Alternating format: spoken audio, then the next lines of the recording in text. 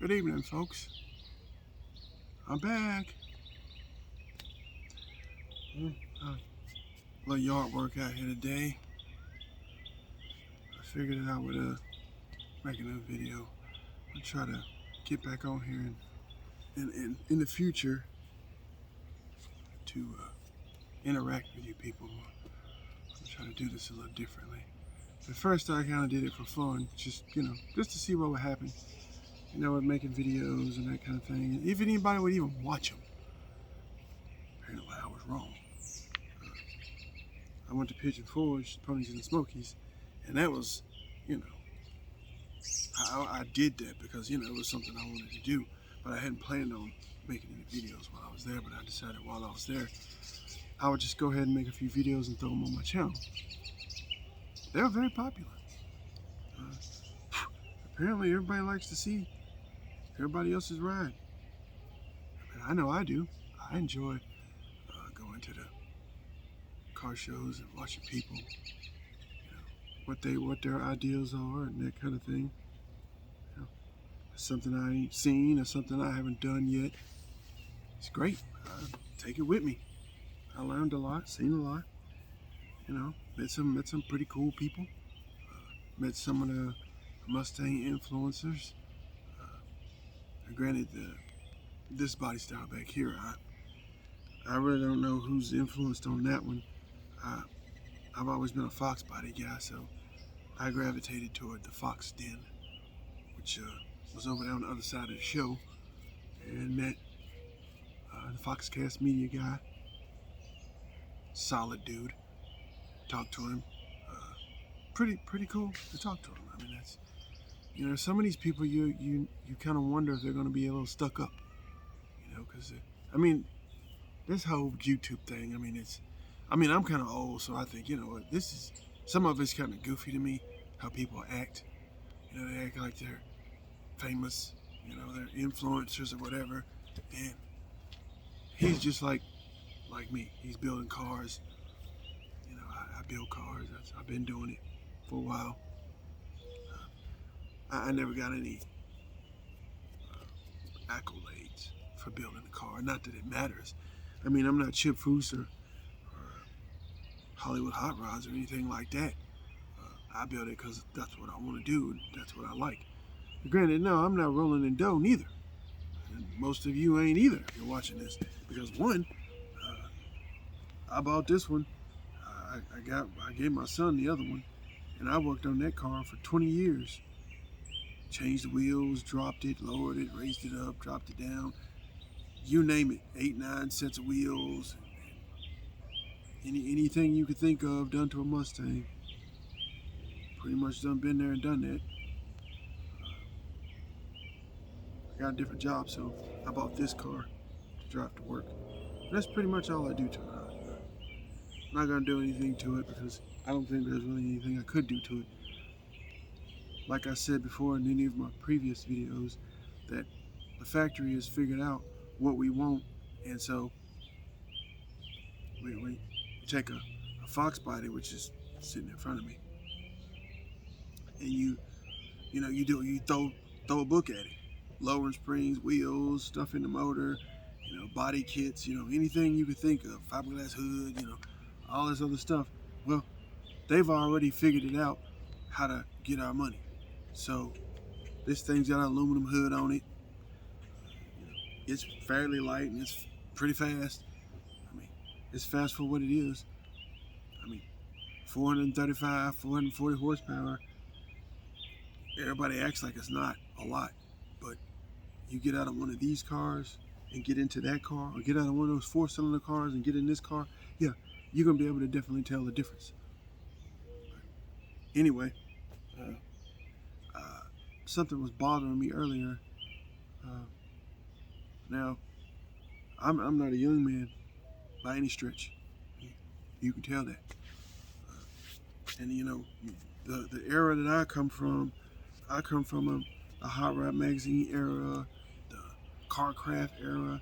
And see, now we're in an era where people don't even read magazines anymore. Magazines don't exist. My dad used to buy a Hot Rod magazine every month fold it up in his pocket, put it in his back pocket, and go to work. And he'd read it while he was at work. When he got done reading it, then I'd read it. I got done reading it, went on the shelf.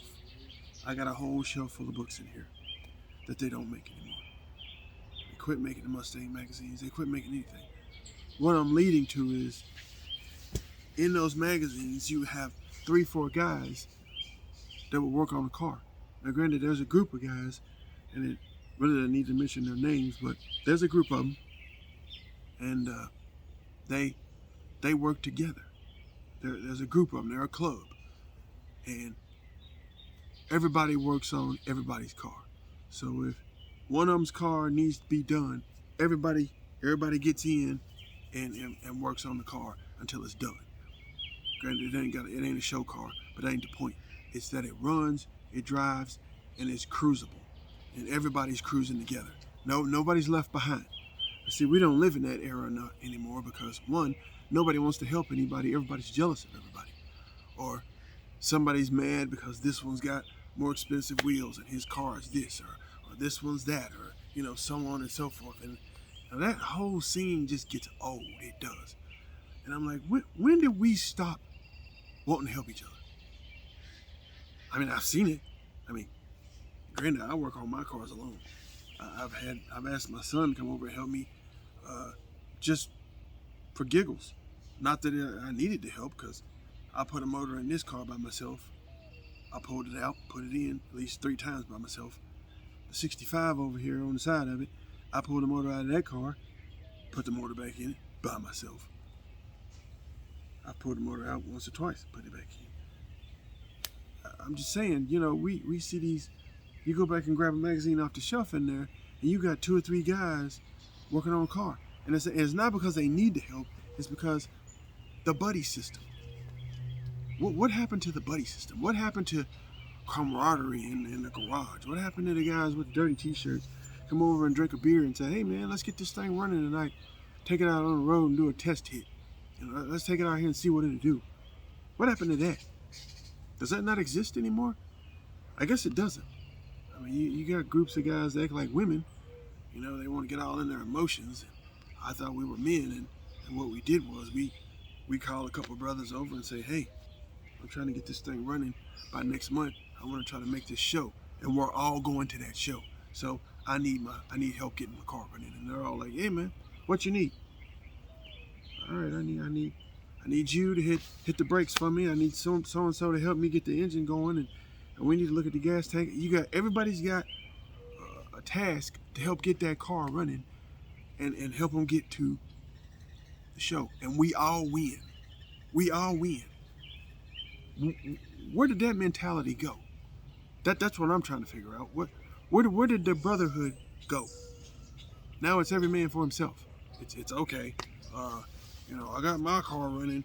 Did you get yours running? Well, I guess you ain't gonna make it this year, huh? Well, maybe next year. And then, that causes resentment. I'm unaffiliated. I got 3 Mustangs. I ain't in no club. I'm my own club. I had dudes roll up on me, hey, we got this club and we get discounts on this and that. And this was a while back, and I'm like, you know what? In the end, it didn't really seem like any of the parts were discounted. It seemed like whoever was selling them, he was making money off of everybody else. I was like, you know what? Nah, I'm good, man. I can buy my own stuff and whatever. I don't buy used parts no more.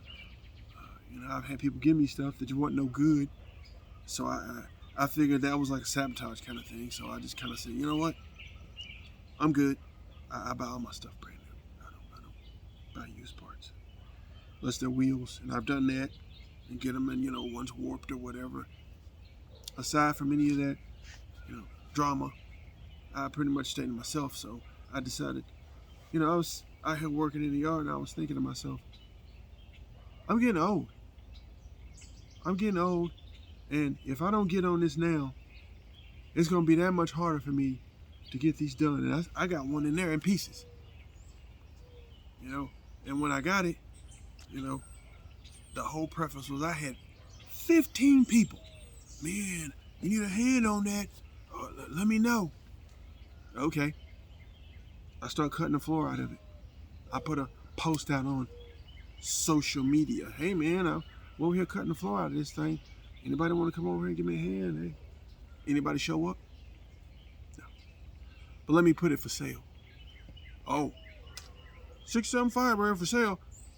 I have so many hits on it. But you know what? I said, you know what? It's to be expected. This ain't my father's era. It's not. In the era I live in, most of the dudes, they're I don't know, they're emotional like women. They get mad and sell it. You know, blow it up, sell it. Well, this one blowed up. I didn't sell it. It was discouraging, but I didn't sell it. I mean, I just said, you know what? I'm gonna step back. I stepped back and I said, all right. I called one of my brothers.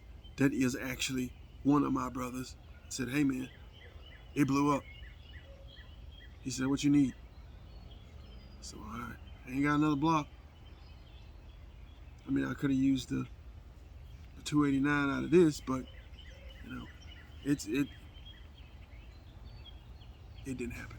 He's like, look here, I got another block. I'm gonna bring it to you. Then just brought it to me, and he lives a couple of hours away. He said, I'll be there with it. I'm leaving right now. I got it. I got you. What happened to that? Where did that go? I'm asking you all. You tell me, because I'm in a serious place right now. I'm like, you know what? I have to come out here every day and work on these cars by myself. Granted, this one isn't that bad, and a little body work, get the engine straightened out. You know, it'd be a decent car. The 65 it's the 65. It needs body work. I mean, the cat that had it before me beat it up. It got wrecked, some body damage. I mean, you know, we live in a society now where everybody will drive it just the way it looks. Oh, you know, I could sand it down to the blue paint that it is and just clear it and just drive it with the patina that's on it and then put a set of wheels on it and let it run good and just drive it like that. I could. I didn't come from that era. We always painted our cars. My dad painted his car, so I wanna paint it. It ain't got to be no $10,000 paint job, but I'd like to make it nice and neat, just for me, just for me. It ain't got to be no show car. I ain't into that. I like going to shows and looking, but that's a lot of work to build a show car for something that don't move and it's got to be trailered everywhere. No, I ain't never been into that as far as building a show car, but I'm trying to figure out where everybody went. Where'd the camaraderie go? We now everybody's acting like women. Oh, we all acting like transgenders now. We gotta all act like we females and get all in our feelings and want to act funky and just don't want to help each other. I mean, the old guys at the drag strip, they still help each other. My man got knocked out the last round. He got a part my man need. He said, hey, I'm out. You can use mine. See if you can make it. They still do that. But that's because that's their age group. What does our age group do? I'm 53 years old. I'm still trying to figure out where the other guys are that's my age that grew up like I did.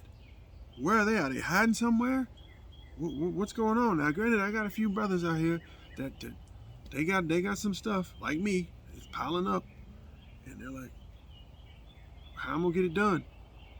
I know you gotta one at a time. It, you know, some of the jobs we have don't pay a whole lot, so you know you got to nickel and dime this. You gotta. I ain't no stockbroker. I mean, I don't make money like that. I got plenty of skills, but the skills I got work right here.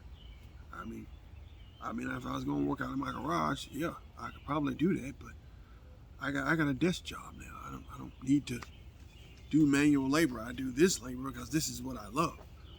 But I'm trying to figure out where all the guys went. And granted, yeah, I can offer my help to them, and on the phone don't ring. I've offered my help plenty of times. Phone don't ring. Now there's a few choice people that do call me for help, and I show up. Hey man, I can use a hand. I'll be right there. Tell me where to be. I'll be there. See, that's like I told somebody else. When you're friends with somebody, I mean a real friend. I'm not talking about Facebook friend, Instagram friend, any of that kind of crap. I'm not talking about that. I'm talking about somebody who's your friend for real. You call them and say, hey man, this thing's leaking oil. I need a hand. Be right there. Where are them guys at? Where are them garage buddies at? That's what I want to know. Granted, I had one buddy I know. Now granted, y'all saw the video where I went to the pigeon forge with the ponies and smokers. We in the GT500 guy way. And I call him GT500 guy because he has a GT500. And he's a Ford guy just like me. He's older than me. So, he thinks like I think. Okay? So, when we was getting ready to go, he said, well, you going up, right? I said, yeah. He said, well, bring your car over and we'll wax it. So when we get up there, it's clean. Little did we know it was going to start raining, but beside the point. Went over to his house, me and him waxed this car. Me and him put a spoiler on this car. Me and him. So they still exist. They're older than us, and they still think like that. And I only got one buddy who thinks that way. I think I got another one, Mr. Sights, and he's got some stuff going on in his life, and you know, we're men. That's what happens. But I'm pretty sure he's one of them. He's one of them. Hey man, I need a hand over here. Can you give me a hand? And I think I'm gonna help him. Hopefully it's a a revolving door. I help him, and then he'll be over here helping me because he's got a Falcon. I got a Mustang. It's the same thing. He's got a 65 Falcon. I got a 65 Mustang. He's put a 302 in it. Mine's got a 302 in it. It's the same revolving door. I'm just trying to figure out where the camaraderie went. Where'd the helping each other went? Where's the guys in the hot rod shirts with crane cams and hooker header shirts on and they got a hat on and they're out there with the hood off. They're all out there looking in there and they're all trying to figure out what they need to do to fix this thing to get it out there on the road. Where are those guys at? Somebody answer me that question. If anybody's got any answers, somebody please tell me. Because I'm still looking for them dudes. Because you know what? I could use a hand. I could. It ain't like I can't do it myself, but I think I could get it done a little bit faster if I had more hands. And I only got 2. So, my son, he don't really know anything about this. And it's hard to try to teach somebody that don't know. And it's almost like while I'm trying to show you, I'm not really getting anywhere because I got to show you what to do because you don't know. And you know what? They don't want to learn. Half of them don't want to learn. They just, the young ones, they want to work on rice burners. And then they ain't even working on it. They take somebody else and let them work on it. And then they'll lower it and put the wheels on it. And they call that's a custom car. Aside from that. They might even gather up together for that. I don't know. I'm not young like them. I'm not into that. So I'm into this, and I'm trying to figure out when ours changed to nothing. Where it went from high priority guys gathering together and working on a car and hanging out to the guys working on a car by themselves. I see that a lot. Some of the guys from California, they do that. And I get it. They build a car in their garage. And, I'm doing the same thing. But I'm trying to figure out if we're all gathering up at the shows and man, I like your car, and you're standing there talking to them about it, where's the rest of the guys at? Where's the rest of the folks at that are in this that we can't gather together and help each other? Where's that? It just bothered me, and it was something I was thinking about. So, give it some thought. Think about it.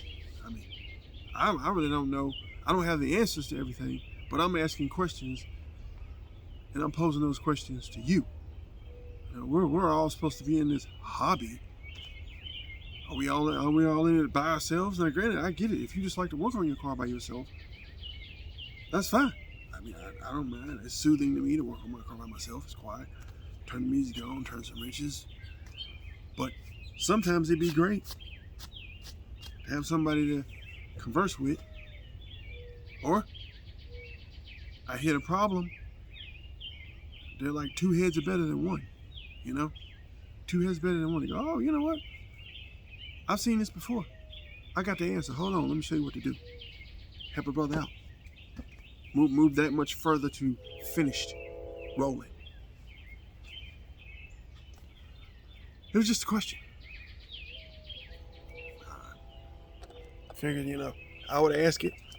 I don't know if anybody's got the answer. You know, most people just decide they're going to just go alone it.